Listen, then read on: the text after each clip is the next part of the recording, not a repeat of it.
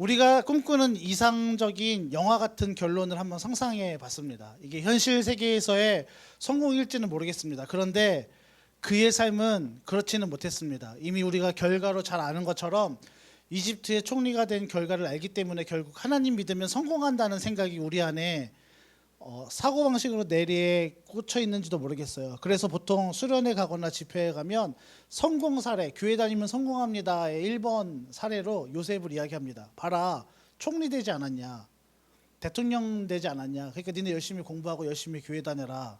그러면 니네 요셉처럼 총리 대신 된다.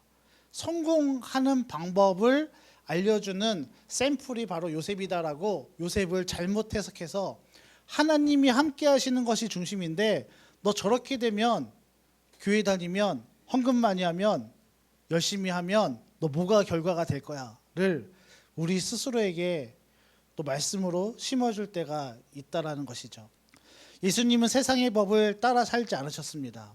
예수님도 마음만 먹었으면 가장 아름다운 곳, 가장 힘 있는 나라에 오실 수 있으셨습니다. 그러나 그렇게 하지 않으셨어요. 오히려 가장 작은 나라, 황폐하고 볼 것 없는 나라, 석유 하나 안 나는 그런 나라, 땅도 제대로 없었던 그런 곳에 오셨습니다. 왜냐하면 그분의 나라는 업사이드 다운, 거꾸로 된 하나님 나라이기 때문에 그렇습니다. 거꾸로 된 질서를 가진 나라이기 때문에 그렇습니다. 교회는요, 이 업사이드 다운의 원리를 가르치고 배우고 그렇게 사는 사람들이 모인 곳입니다. 세상의 방법이 아니라 세상의 질서를 거꾸로 거스르는 새로운 질서인 하나님 나라의 질서를 따라 사는 그리스도인들이 모인 곳입니다. 오늘 본문에 보니까 초대교회의 모습을 보이고 있어요. 하나님 나라의 질서를 따라서 살기 시작했던 초대교회의 모습을 이곳 가운데 그립니다. 어떤 삶을 살았나요? 오늘 본문에 보니까 사람들이 다 함께 있어 물건들을 통용하기 시작합니다. 재산, 소유를 팔아서 필요한 사람, 가난한 사람들에게 나누어줘 버립니다. 세상의 질서에서는 상상할 수 없는 일들이 벌어지기 시작했습니다. 세상은 아끼고 모으라고 하는데 주변에 선한 영향력을 가진 그런 좋은 일을 하는 사람들은 대부분이 아니라 일부라는 거죠. 성경에 보면 그런 얘기가 있습니다. 베드로에게 얘기했죠. 하늘에 있는 창고의 열쇠를 여는 그 열쇠를 너에게 주겠다. 누가 가진 거예요? 하나님 나라를 가진 사람만이 갖고 있는 그 은혜가 있거든요. 그래서 그 물꼬를 틀 때 내가 너에게 모든 것을 부어주겠다. 여러분, 이런 시대에 성령께서 오셔서 하신 일은 무엇입니까? 성령이 오셔서 우리의 거꾸로 된 마음의 질서를 잘 하나님의 나라로 살기 시작하는 질서를 마련해 주셨습니다.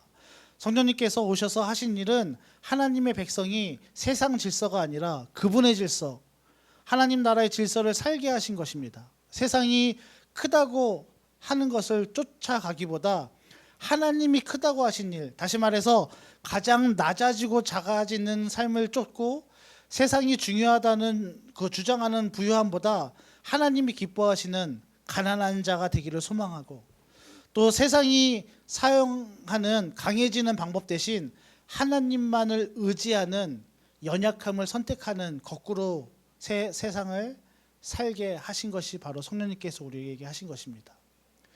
여러분, 기도가 이런 것 아닐까요? 스스로를 연약함 가운데 두는 것. 저는 기도를 정의할 때 이렇게 정의하고 싶어요. 나 스스로가 강해지는 법을 키우는 도구가 아니라 기도를 통해서 나 스스로를 연약함 가운데 두는 것. 주님, 저는 연약합니다 라고 솔직하게 인정하는 것. 때로는 우리가 기도를 그렇게 사용하지 않죠. 하나님, 저 이거 주십시오. 하나님, 더 부강하게, 더 가난한 마음을 회복시키시고 더 재정을 주시고 더 이거를 주시고 이거를 달라고 우리는 기도하지 않습니까? 근데 어떤 분이 이런 중요한 말을 했어요.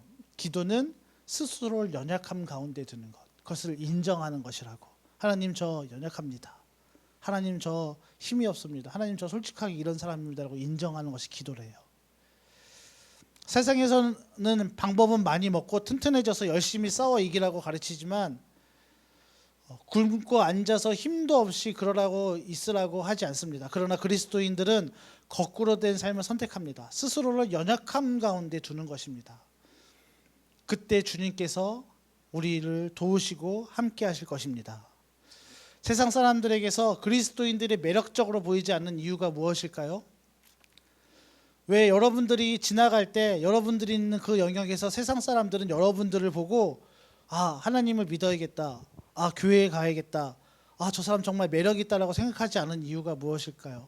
말로만 하나님 나라를 따른다고 하지만 여전히 세상의 방법으로 여전히 좋은 것, 힘 있는 것, 대형 교회, 영향력 있는 지도자를 꿈꾸지 않습니까?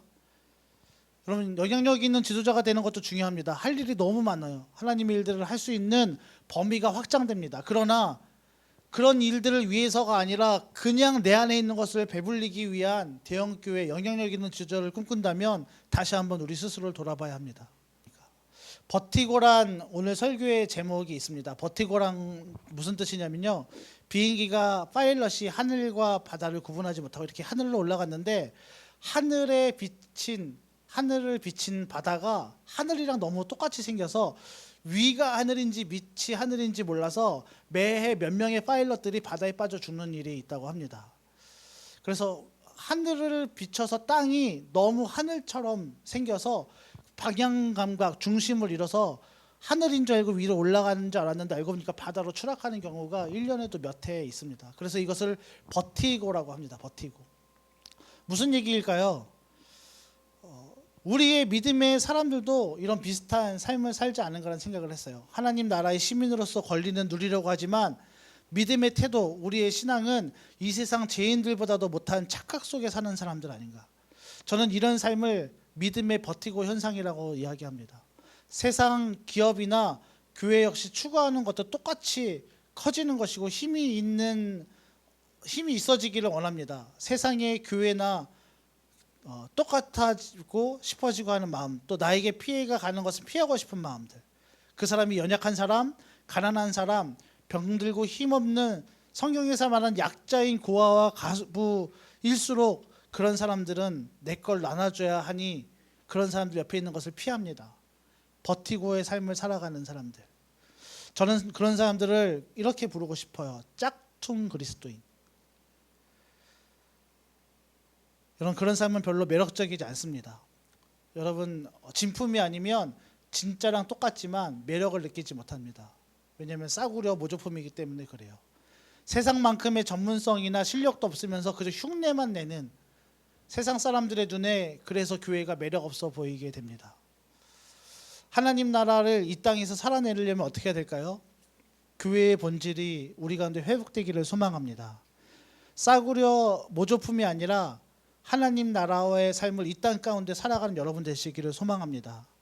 그래서 오늘 본문에 보시면요, 사람들이 교회를 보고 놀랍니다. 새로 탄생한 교회의 모습을 보니까 사람들이 신기해서 놀랍니다. 왜 그럴까요? 세상에서 보던 질서와 거꾸로 살거든요. 그런데 보니까 보기가 너무 좋아요.